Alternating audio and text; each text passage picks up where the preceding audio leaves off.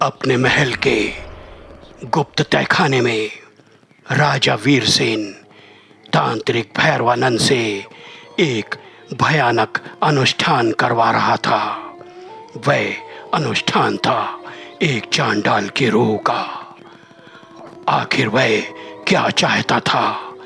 इस अनुष्ठान के पूर्ण होते ही उसे क्या सिद्धि प्राप्त होने वाली थी? तो दोस्तों, कहानी में बढ़ने से पहले अगर आपने हॉरर ब्लैकआउट चैनल को लाइक, शेयर या सब्सक्राइब नहीं किया है तो कर लें। हम अंधविश्वास को बढ़ावा नहीं देते। इन कहानियों को आप सिर्फ मनोरंजन के तौर पर सुने। बच्चे इन कहानी को ना सुने। तो आज की कहानी का नाम है चांडाल नरेश। जी हाँ दोस्तों,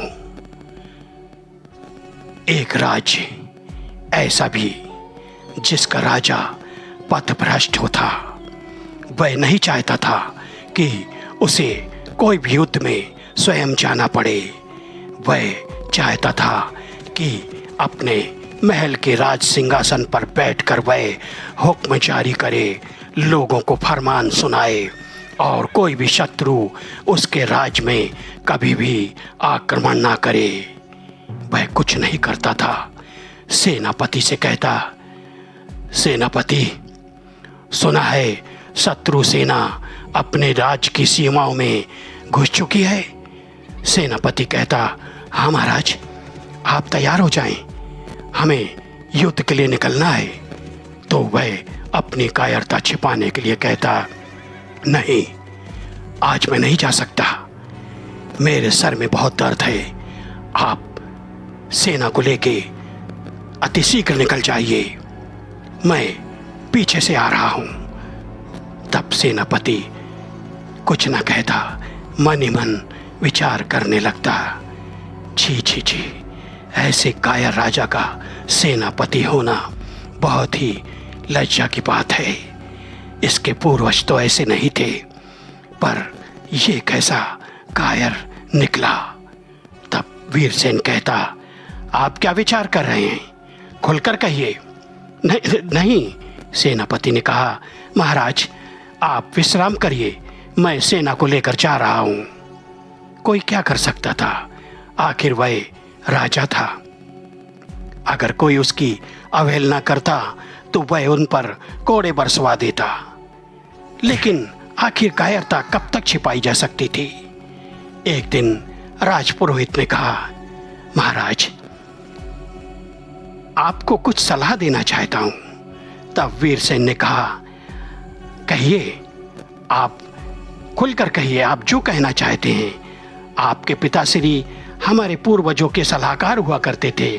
आप मुझे सलाह दीजिए कि मैं क्या करूं ताकि मुझे बिना कर्म किए ही सारे सुखों की प्राप्ति हो जाए। यह सुनकर राजपुरोहित चौंक जाते और कहते, महाराज ये अच्छी बात नहीं है। आपके पूर्वज बहुत शक्तिशाली राजा थे। उन्होंने युवाओं को प्रशिक्षण दिया, युद्ध कला में माहिर किया और अपनी सेना में शामिल करके युद्ध जीते, और आप ऐसी बातें करते हैं, ये अच्छी बात नहीं है। मैं तो आपको एक सलाह देना चाहता हूँ। आप एक बार युद्ध कला के लिए वापस गुरुकुल में जाएं। योग्य गुरु से आप युद्ध कला में प्रशिक्षण हासिल करें, फिर आप एक शक्तिशाली राजा के रूप में सामने उभर कर आएंगे। इतना सुनते ही राजा वीरसेन भड़क उठा, निकल जाओ, मैंने तुमसे उचित सलाह मांगी थी। इस प्रकार की सलाहों का मैं सुनने का आदी नहीं हूँ। और राजपुरोहित वहां से चल दिए। लेकिन आखिर ऐसा कब तक चलता? एक दिन एक तांत्रिक भैरवानंद, जो काफी सिद्धियां प्राप्त करके हिमालय से उस राज्य में पहुंचा, तो उसे जानकारी मिली कि यहाँ का राजा वीरसेन एक विचित्र इच्छा को लेकर अपने राज्य पर शासन करना चाहता है। तब तांत्रिक भैरवानंद ने कहा, बन गया मेरा काम। अब तो मैं इसी राज्य का राजा बनूंगा और इस राजा को मैं ऐसा मजा चखाऊंगा कि यह याद करेगा मुझे। और वह पहुंच गया राज दरबार में राजा वीरसेन के पास और कहा, महाराज, मैंने प्रजा में आपकी इच्छाओं के बारे में सुना है। बहुत छोटी सी इच्छा है महाराज, कोई बड़ी इच्छा हो आपकी तो बताइए, मैं आपकी वह इच्छा पूर्ण कर दूंगा। इतना सुनते ही वीरसेन ने मन में गणित लगा लिया, यह तो अंतर्यामी है और कोई शक्तिशाली तांत्रिक है, फिर भी इनसे पहले कुछ छोटी मोटी इच्छाओं की फरमाइश करता हूँ।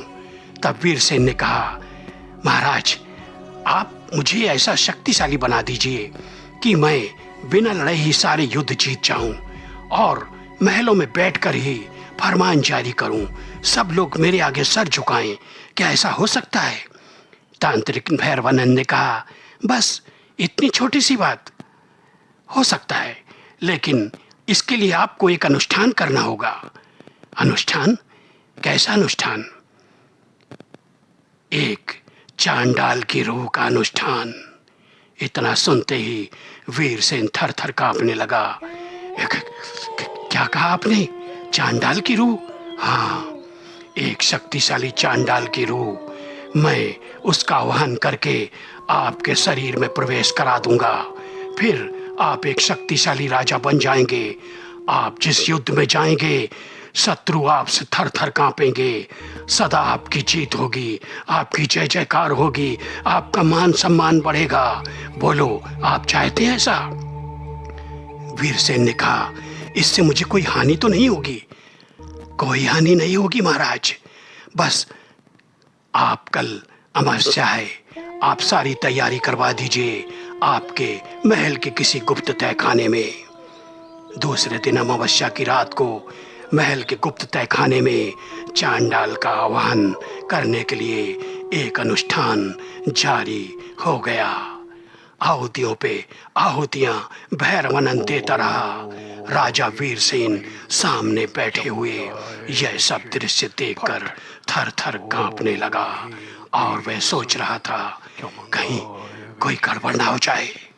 इतना कहते ही आखिरी आहुति जैसे ही भैरवानंद ने दी, उस यज्ञ में से एक भयानक रूह सामने आ गई। उसके भयानक अट्टहास से राजा वीरसेन थर थर कांपने लगा। तब उसने कहा, क्या है? तांत्रिक भैरवानंद ने कहा, चांडाल राज, इसके शरीर में प्रवेश कर लो ताकि यह बन जाए चांडाल नरेश और आप इसके साथ रह के इस राज्य पर शासन करो।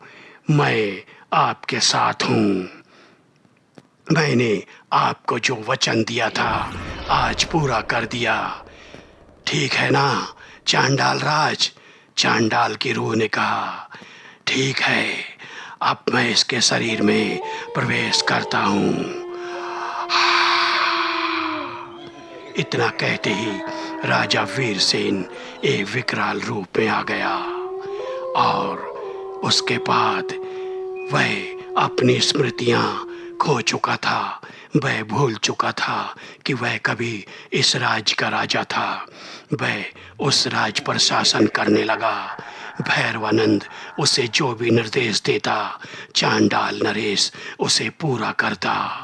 इसी प्रकार उस राज्य में एक लंबा समय तांत्रिक भैरवानंद ने पूरा किया।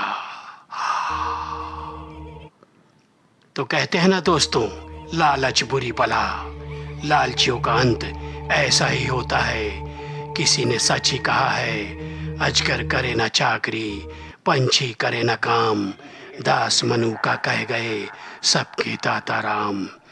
अर्थात अजगर एक ही जगह बैठे बैठे एक ही सांस में सारे पशुओं को निगल लेता है और पक्षी कोई काम ना करते हुए भी अपना भोजन अर्जन कर लेते हैं, उन्हें प्राप्त कर लेते हैं। ऐसा ही कुछ विचार इस राजा के मन में था, लेकिन वह पूरा ना हो पाया। कहानी अच्छी लगी हो तो लाइक शेयर कमेंट और सब्सक्राइब करना। फिर मिलेंगे।